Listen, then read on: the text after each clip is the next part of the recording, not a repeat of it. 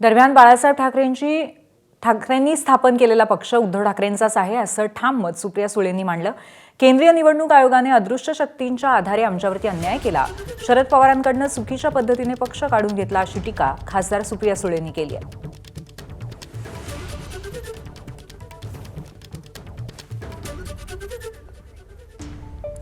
तर सुप्रिया सुळे यांनी सुद्धा दुजोरा दिलेला आहे। एका पद्धतीने ठाकरेंच्या शिवसेनेच्या वतीने ज्या पद्धतीची वक्तव्य केली जात आहेत त्याला बाळासाहेब ठाकरेंनी स्थापन केलेला पक्ष उद्धव ठाकरेंचाच आहे असं ठाम मत त्यांनी मांडलंय।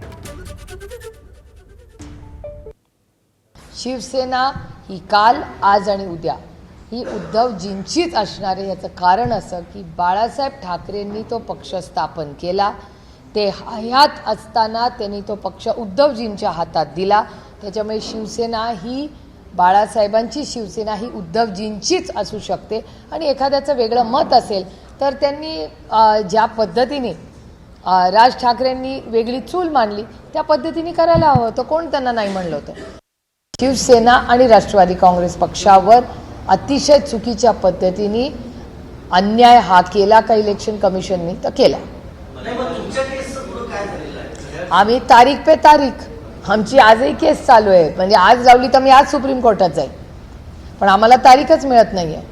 हे दुर्दैव आहे की ज्या शरद पवार यांनी पक्ष स्थापन केला, कागदपत्र शरद पवारांच्या बाजूने होती, त्या शरद पवारांकडून चुकीच्या पद्धतीने पक्ष काढून घेतला।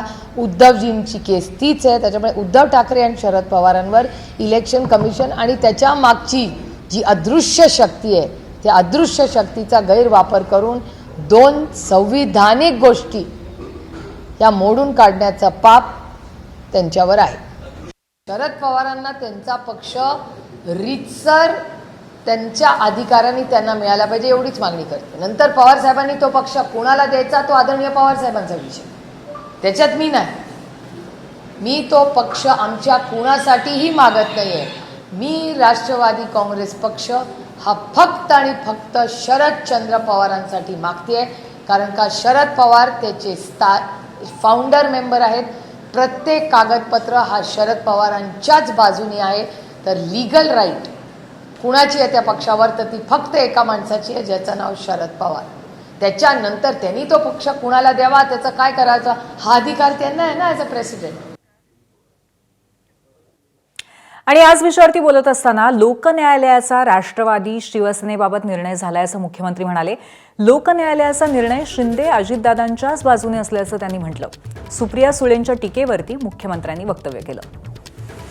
यापूर्वी लोक न्यायालयाने हा निर्णय 2024च्या विधानसभा निवडणुकीत दिलेला आहे आणि लोक न्यायालयाने शिवसेना ही सन्माननीय एकनाथराव शिंदेजींची आणि राष्ट्रवादी ही अजितदादा पवारांची आहे, यावर शिक्कामोर्तब केलेला आहे।